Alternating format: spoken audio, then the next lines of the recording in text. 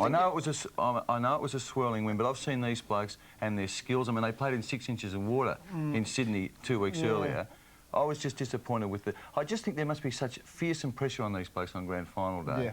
That it does affect your execution of your skills. If you take the highlights tape from the grand final, there's plenty of magic moments. I mean, really, for one side to dominate so much for a half, and then the other side to dominate so much for the second half, that's what's mystifying, really. I mean, why does that happen? I mean, we're expecting the Crows to play the game out strongly because their history is that they play games out strongly, particularly grand finals. They're good at that. Yeah. But North faded to an extent I've never seen them fade like that before. And you ask yourself the question, the tension and the nervous energy of grand final week.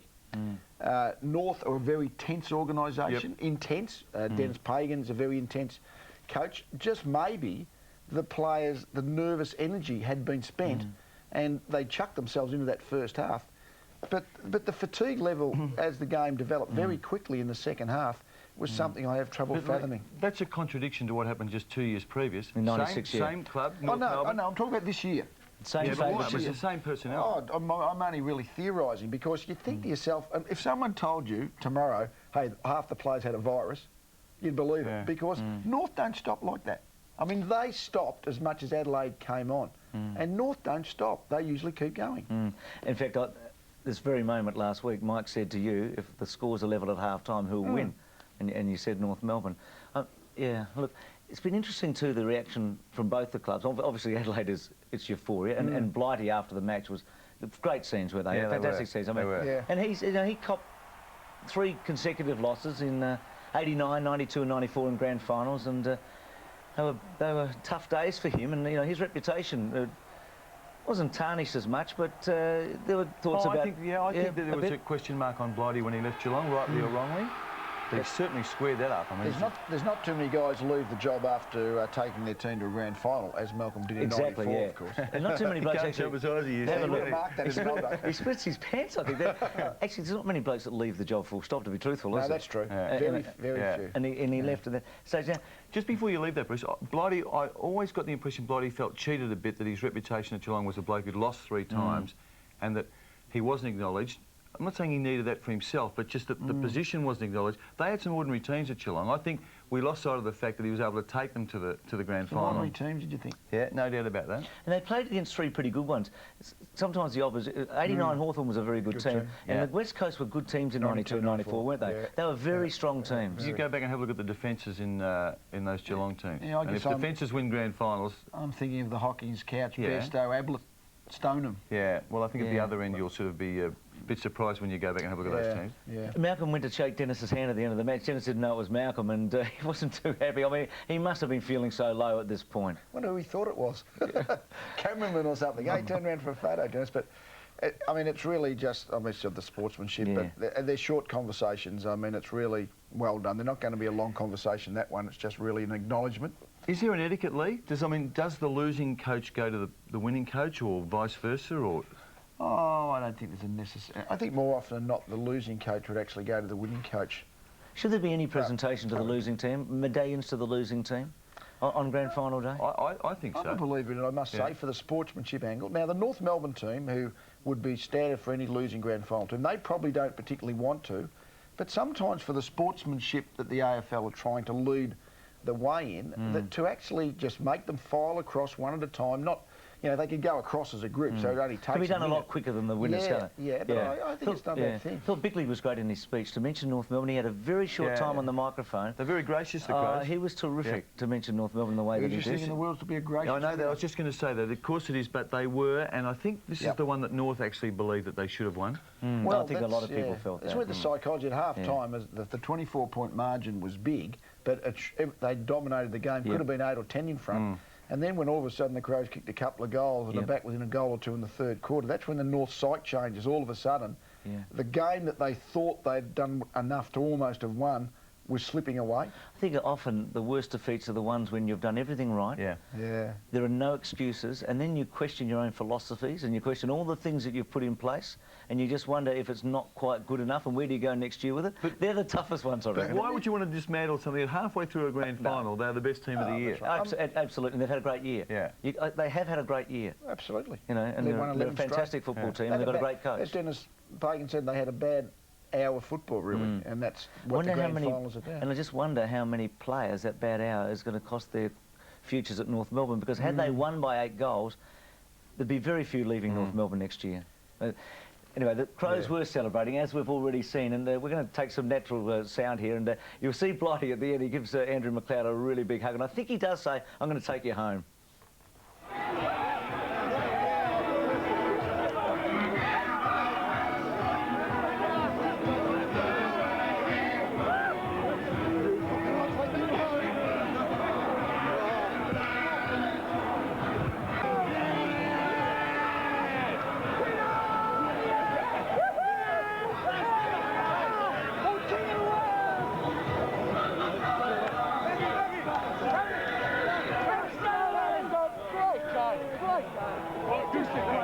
Mark Bickley on King of the World from Titanic. 2 starts as a captain and grand finals for 2 wins. I think Noel McMahon, wasn't it, in the mid-50s, had managed that. What about the other end of the scale? Kane Johnson, the boy from Croydon. He's not 21 years of age. He's got 2 premiership medallions. Yeah. And really, I guess, I think he's only played 3 of the last 13 games. So really, he's just really got back into the side just recently, but his grand final again, second half was... That was interesting about Adelaide. There was so much of deja vu about the game, wasn't there? The blokes that stood up last year stood up again.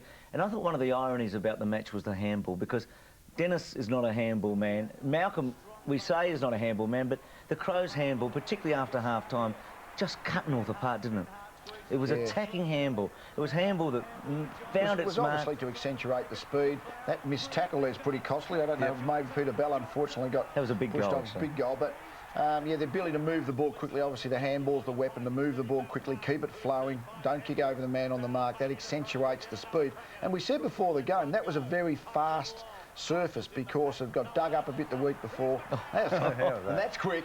Might be a fast surface. Can you coach a bloke that, Lee? Can you coach someone to do that? Well, actually, I reckon the quick hands of every player in the competition has been improved immeasurably by the training over the years, but that instinctive pick up off the toes and the quick hands, fantastic. No wonder Vardy's always hanging around McLeod. Look, and this is late with McLeod making the ball talk. And a nice soft kick. A soft kick, Look, it was interesting that he didn't want to go. These are the handballs after half-time. I mean, 68's a lot. Remember, an average game of football is maybe 200 kicks, 100 handballs. So on average, that'd be 136, which is a lot of handballs, but 26 for North. That indicates they stopped running. They were just grabbing it and kicking it and hoping. Now, Lee, for the second year in a row, Jarman's gone forward and either been on the icing on the cake or has sort of swung the game. Yeah. Why hasn't he played? Why didn't he play forward from the start? Well, I guess he's played his cameo roles up forward, and some players are like that. If they want to play them full forward week in, week out, they're just not going to be able to do it regularly under the pressure of playing on the front of the goal square. But I guess he's proven many times in the cameo roles, because I think there's plenty of times he started at full forward and maybe hasn't been able to find the ball. So I think the Jarman-Rashudo change forward midfield was going to happen. It was only a question of which one started.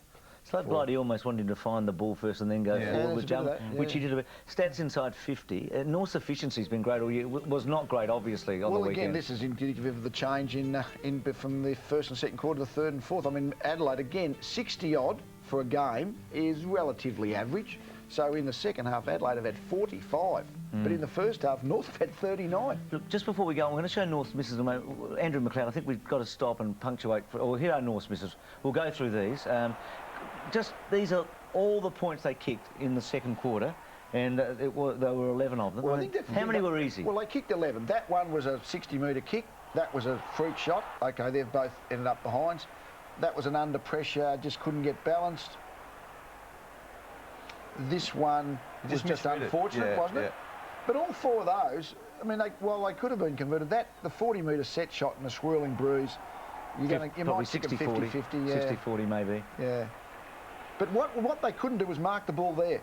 They couldn't mark the ball 15 metres out for goal and have point-blank shots. That probably should have been a goal. But John Blakey's not. But we've seen a succession of these. I mean, Winston Abrahams is going to kick them 1 out of 2 from the 50-metre mark. The 2 that stung the most for these, I think, Carey and then McKernan. I mean, Wayne probably had a... Well, this is Capuano running away, the ball running away. Just a snap from 50. But the Carey one was a bit... And McKernan... This one. So of this bunch, you know, maybe you would expect to kick about 3 of them, and you might kick another couple. Well, they obviously didn't kick any of them. But Lee, there was the symbolism of the first one that Carey was great mark. It was half the perfect start for North. Carey taking a towering mark early and then missing from 20. Now, I think that that was really... Well, that was not in that exchange because it was... We're going to see that later in the That was programme, by just the the way. second quarter We'll see behind. that. Just quickly on McLeod, his consecutive Norm Smith medals, and not only his grand final performance, his preliminary final performances too. How exciting do you find him? Well, he's a super player. I guess what we haven't seen him do it week in, week out over a whole season. But his performances, it's certainly his performances on the grand final days the last couple of years. And he is a player. If he gets 25 or 30 possessions, his team's going to probably win. Yeah. I think you say week in, week out. I think it's because he plays for a non-Victorian team. I reckon Maybe. he won their best and And fairest he's last 22. year. He's 22, Yeah. let's face it. He's only just a super developing, player. yeah. He, to me, just reminded me of Greg Williams, a taller, quicker Greg Williams. And his handwork is just fantastic. He's never reminded me of Greg Williams, I've got to tell you but that. just the ability in the crushes to get it and to find the way out of it. But his movement's fantastic. When is your top 50 being published? Next Saturday. So, I guess Kerry will be waiting. You don't tell us, but how are you going to rate him with Harvey? I've always with Harvey, said this, McLeod or rightly or Harvey? wrongly, I've always weighted the finals heavily. I think if you can perform like he's done in 2 prelims and 2 grand finals, it's worth 4 or 5 home and away games. And he does it. He comes up when the stakes are highest. He's done that. So he's in that Rolls-Royce group, isn't he, Yes, in the he is, midfield now. He's been elevated. Well, speaking of Rolls-Royces, Tim Watson's going to join us after the break, the new coach of the St Kilda Football Club. What a career he had. 307 games, 3 premierships. One of the greats. Started his career at 15 years of age. Watson on the outer side of the ground. Watson shepherded by Boyd. Good play by Essendon. Today I wish to announce the appointment of our new senior coach, Tim Watson. Tim has been contracted to this club for an initial period of 3 years with options. We congratulate Tim in accepting this appointment and we look forward to providing all the assistance that is necessary to bring about consistent success. Tim, congratulations. A week is a long time in all sorts of things. Now, Thanks, Bruce. did you take the job because you knew we were going to appoint you on the couch next year and you thought, well, why wait 2 years? Let's go straight in. What are you going to put me on the couch with? Oh, your favourite? You were 3's on. Where's Andrew's number? Now, Tim, in your own words, Yes. you have lied to us for a week about this. No, I haven't been happy with that. How does it sit now and why? I mean, I'm just interested in the reason Well, why. Michael, if I had have been truthful throughout last week, I would have been under siege for the whole week, and I had an extremely busy week to get through in terms of the work that I was committed to here at Channel 7. So what about in the situation when there's a major issue of sensitivity comes up in the future and you say, I can categorically tell you this, and someone says, but you've been lied to before. Yeah, I think in the question of trust, though, it is important. I think they're unequivocal. I just actually, knowing you... How far do you think the trust should go between a coach and the media? I wouldn't sort of overrate it, I wouldn't dramatise it, but knowing you, when the word back from you was that you weren't interested, I just accepted it at face value. Yeah, but you've got to understand that I've been working with the media for the last 4 years, and I know how it all works. All I need to do, I'd say to you, Michael, this is off the record. Yep. And then you go and tell someone else. No, that's not true. No, well, that's how it works. Well, it's not true. No, I've seen it work like that. Well, Michael. I don't do that. No, I've seen it work like that. Okay. Can I ask a question? Can I ask a question? Calm down, right? Would have it damaged your chances of getting the job had you put your hand up and said, yes, I'm in there? Oh, look, I don't know whether it would have damaged my chances of getting the job. I guess what I'm getting it would have made, it would have made life very difficult for me last week, in a week that was already extremely difficult in terms of the workload that I had to get through for the week. I'm sure reading the news stories that you had to read during the week anyway made life very difficult for you, because you knew things that other people didn't know even within your department. But did you beat anyone else for the job? I mean, we talked about Gary Lyon earlier, we talked about Bomber Thompson, we talked about other people. Do you know how many people were... No, I did, at no stage did I ask St Kilda that direct question, who else are you interviewing for this job? When did they actually offer it to you to say it's yours if you want it? No, well, they spoke to me on Tuesday. We started having discussion on Tuesday. And it wasn't until Friday that I gave them my answer. When did they offer it to you? Tuesday? Well, Tuesday they started talking. That was the commencement of negotiation. Yeah. Tim, would you have done an apprenticeship to coach? Had it been required, would you have? It was going to be always going to be difficult, Michael, because of where I already was in the media. It was going to be difficult for me to go back to an assistant coaching job, even though most people would say that that's probably the preferred way to come into the position of coach. But it was always going to be tough because of where I'd started in the media and having to go back into an assistant's role. Now, you said tonight that you'd had no approaches at any stage from Essendon. Was that your sort of the first love in the heart, if you were to coach, that you would want to have coached at Essendon? No, it wasn't actually. No, it wasn't. I can truthfully say that if I had have been offered the Essendon coaching job, say last week, so they had have come to me last week and said, okay, late last week when they wouldn't have known that St Kilda would have been speaking to me, and I had the 2 coaching jobs in my hand, I would still have chosen the St Kilda job. Who do you think has the most... We've got Lee here, so we're in a fairly unique position, 2 of the 4 new coaches. Who has the greater challenge, do you think, Mike? My feeling is that there's more expectation on Tim than Lee. Lee's coming from a team that's 16th. Tim's going to coach a team that finished in 6th position and is seen as a failure. I mean, there's not too many spots above 6 to go. There's a lot above 16 for Lee. That's true. I think St Kilda and Tim have made a good decision, actually. I mean, this was the team that was good enough to win 27 out of 34 games until mid-season. I think their depth is a real worry for you. I think it's a real concern for you. Maybe I should have spoken to you before I actually took the position. Thanks, Tim. But in the case of expectation for Lee next year at Brisbane and Tim at St Kilda? Yeah, I think there'll be more patience with Lee. Yep. Yeah. Particularly, I mean, the critical issue for you, I reckon, now that I'm the expert and I'm telling you how to do it, is, I mean, Michael Voss, him standing up and being fit is just so critical to you, isn't it? Oh, yeah, it's crucial to the very short term, no doubt about it, yeah. Can I ask both of you, how difficult is it for you to get together the group of people around you that you wanted on your match committee? I mean, Lee, you've got the problem of relocation more than Tim, obviously. Well, it's a dual problem because it's not only taking on a new job, it's actually taking on a job in a new city. Yeah. So there is a fair lead time. I'm finding, I guess it took me a couple of weeks to decide whether I wanted to go through that process. And you're finding with most of your support people the same. They need a week or 2 to think about the things. And if you come to a dead end, then you've got to start again. And what's interesting, one of our dead ends, Peter Banfield, we were trying to get up there at one point, and he decided to stay at St Kilda. I guess you were able to say, yeah, let's keep Peter on, because this only happened on Friday. Yeah, no, look, that was part of the discussion, whether or not the people that were already in place were there on contracts, whether or not they were going to stay, what review process was already in place. Yeah. 2 names, Norm Goss, the chairman of selectors, will he be there next year? I've got no idea at this He's gone. stage. Already? He's gone. Has he? Been announced.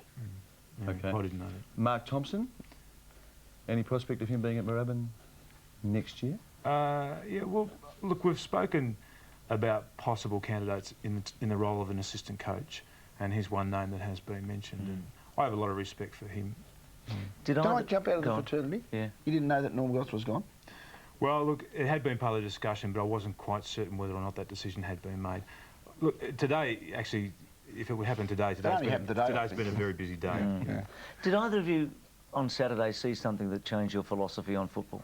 I mean, I've worked with Tim closely for long, and you, too, Lee, on a lot of games, and we talk a lot, don't we, before and after games. Did you see anything on the weekend that you thought, gee, you know, maybe there's a greater role for handball than I thought? I mean, anything from the game that would change the way you think about coaching? I'd say no to it myself. I think it was a standard game of football in the way the Crows played it. But at the end of a grand final, sorry, Tim, we sort of draw the line, don't we, and say this is what's successful now and what's not successful, if you know what I mean? Yeah. Look, it just confirmed my view that there's no one way to play the game of Australian rules football. Yep. And Gary O'Donnell, Lee, who's Tim would know so well, was captain of the team when you came back in 1993, won the best of Australia.